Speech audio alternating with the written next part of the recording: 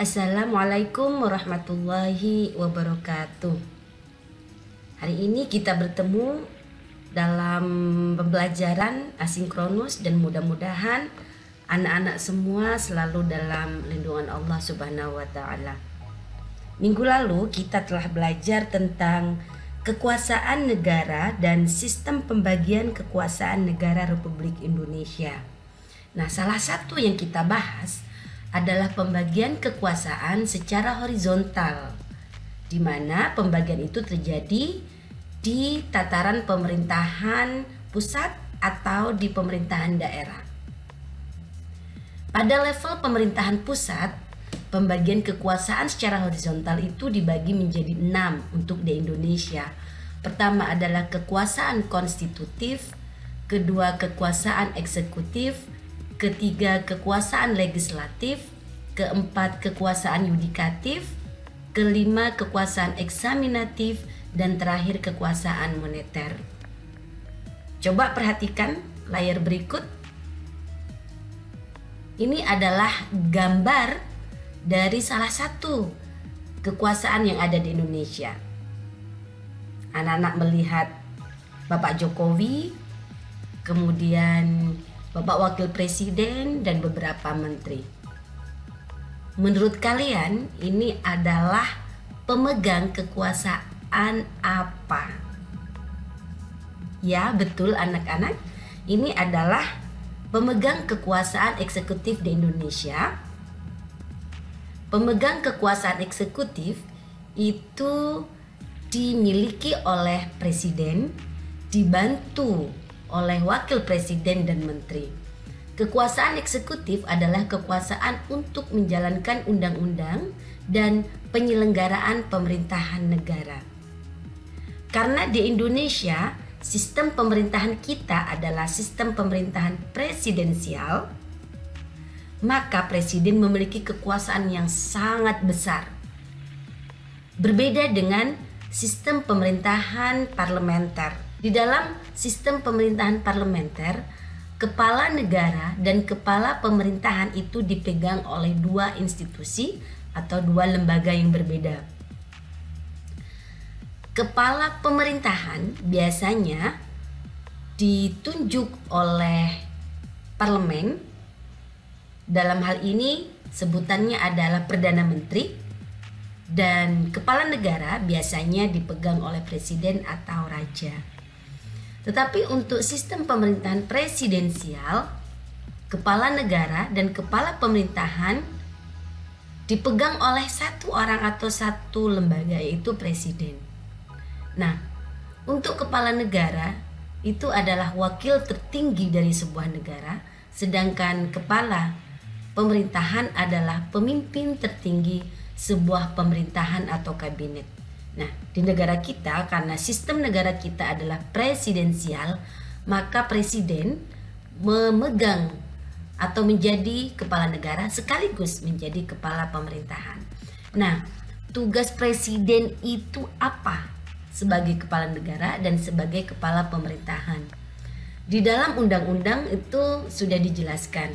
Ada 9 tugas presiden sebagai kepala negara dan 12 tugas presiden sebagai kepala pemerintahan.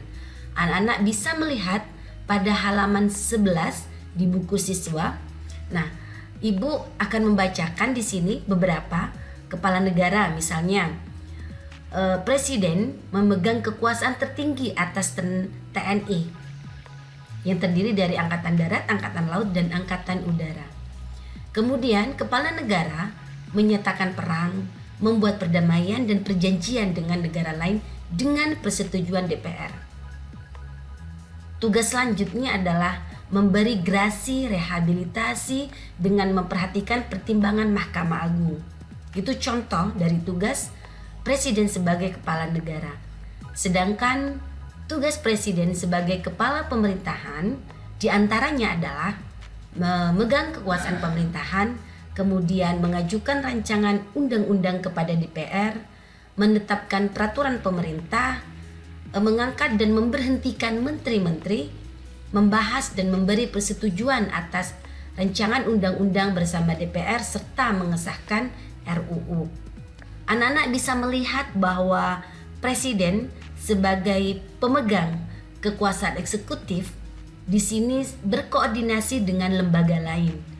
Kita lihat di tugas presiden sebagai kepala negara ada koordinasi antara presiden dengan DPR, salah satunya dalam hal pembuatan perjanjian internasional, kemudian koordinasi antara presiden dengan Mahkamah Agung. Nah, di sini membuktikan bahwa Indonesia, kekuasaan negara di Indonesia itu menggunakan pembagian kekuasaan, bukan pemisahan kekuasaan. Seperti yang kita bahas pada minggu lalu. Kemudian di dalam pasal 17 Undang-Undang Dasar Negara Republik Indonesia itu dijelaskan tentang kementerian. Satu, presiden dibantu oleh menteri-menteri negara. Kemudian menteri diangkat dan diberhentikan oleh presiden.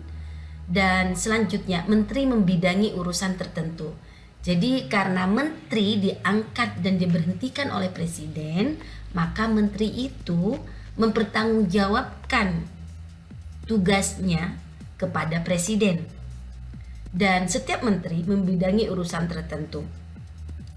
Menurut Undang-Undang Nomor 39 Tahun 2008 tentang Kementerian Negara, ada 34 Kementerian Negara Republik Indonesia yang masing-masing kementerian tadi mengurusi urusan tertentu.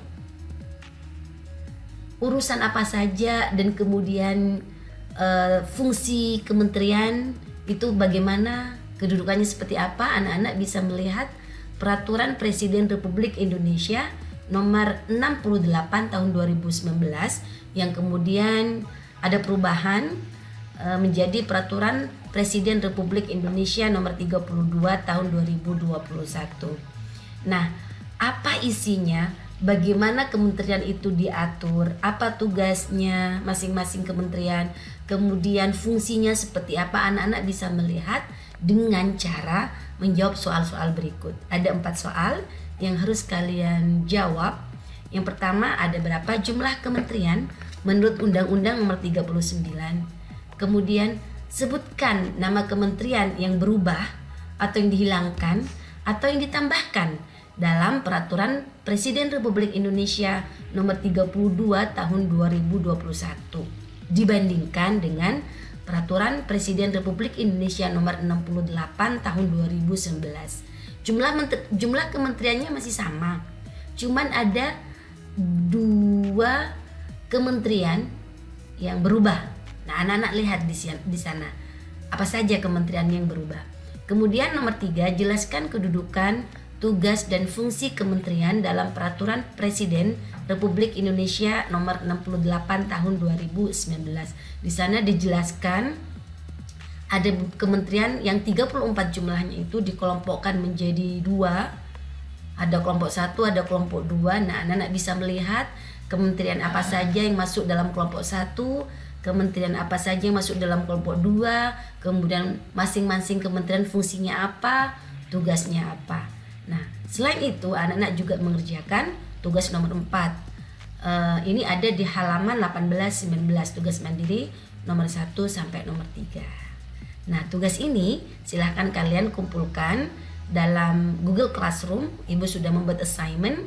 Kemudian kalian upload maksimal atau due date-nya ini paling lambat tanggal 9 Agustus 2021.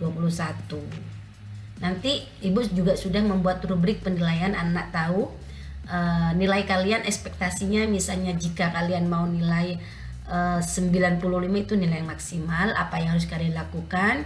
Dan kalau kalian tidak memenuhi syarat, mungkin nilai kalian akan berada di range antara 65 sampai 75. Jadi selamat mengerjakan tugas dengan baik, mudah-mudahan nilai kalian bagus. Sekian pelajaran kita kali ini. Assalamualaikum warahmatullahi wabarakatuh.